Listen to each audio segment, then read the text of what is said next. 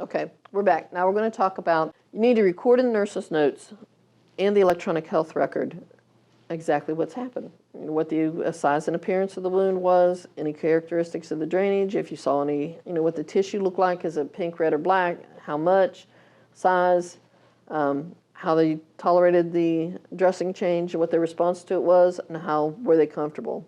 So pre-medicate them, and then you can say that they tolerated it without pain. If they did, never lie. It'll come back to bite you, I promise. Never lie. It's a big deal. Report any unexpected wound drainage. If you accidentally remove the drain, don't try to stick it back in there. Tell somebody, call the surgeon. He ain't gonna be happy, but he gonna be more unhappy if you try to put that thing back in there, okay? So fess up. It's okay. Life will go on. All right, now you've got two big words here that you may or may not know. So let me explain to you what they are. You have dehiscence, you have evisceration. Those are impressive words. Okay, dehiscence is when it opens up. Okay, it was a closed wound, you were expecting it to stay closed, and you come in and it's open. It's blown its sutures, it's popped its, or you're taking out the sutures, or you're taking out the staples, and you were expecting it to stay closed, and it pops open. Okay, that's dehiscence. Evisceration is when it pops open and something comes out. That abdominal wound, you take out the sutures and it pops apart and your intestines fall out. Okay, that's bad. We don't want that.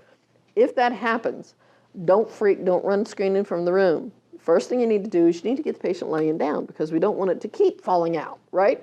To stop. So get them laying down. Gravity works. It'll hold it in there for you.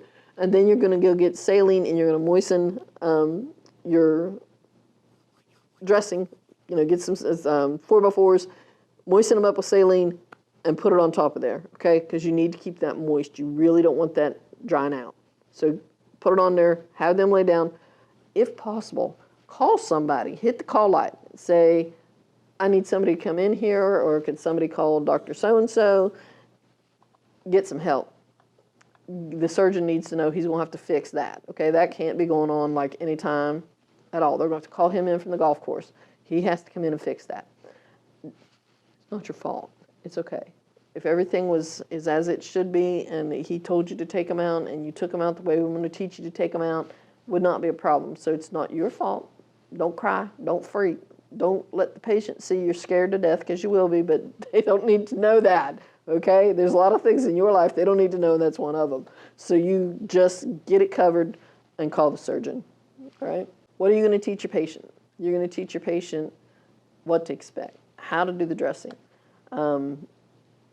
Is there any ointments, any creams, any antibiotics? What equipment do they need? How are you going to know that they learned that? Yes. You're going to have them do it in front of you, right? Because if they do it and you see that they've made mistakes, you can tell. It's just like whenever I get the opportunity to watch you do a skill.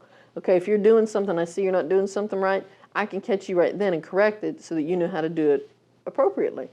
Same thing with a patient, or the family, whoever's going to be doing it. If they do it in front of you and you see that they're making an error, you can say, it might be better if you would try not to do this, or this might work better for you. This will help prevent infection if you do this. Don't ever say, you know what, you're just stupid and that's just wrong. Bad technique. Don't do that. But help them to understand how they can do things more appropriately, or how things are going to work out better for them. With peds patients, you're going to need to teach the parents how to do it, and some kids will be old enough that they can learn how to do it themselves. You wouldn't believe how many 6-year-olds can give themselves insulin. So, and that's really something that you are not just now becoming ready to do, and you're probably a lot older than 6. So they can learn, even if they're young, if it's something they're going to have to be doing for a while. When they're really young, you may have to help the parent learn how to hold them, or how to have somebody else hold them so that they're not injured, but that the dressing can be appropriately applied. Because sometimes they really don't like it when you go messing with stuff, especially if it's something that's got to be packed or if it's painful. And again, share the little secret about pre-medicating. That's just kind of a very good nursing technique. Sometimes you have an amputation or an area of the body that's just really hard to cover because of the way it's bent or how it's used or whatever.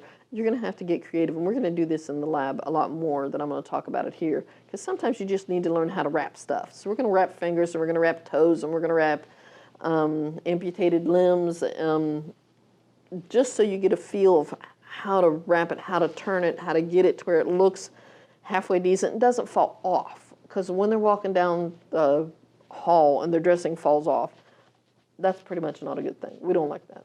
That is not pretty, and it makes them feel bad. You want to apply even tension so that it stays wrapped securely all the way around. But this is a gotta get your hands on things, okay? You cannot pass that one off to an NAP. They cannot apply the elastic bandage, because if you put the wrong amount of tension on there, you can actually shut off blood flow. Did you just help or hurt your wound?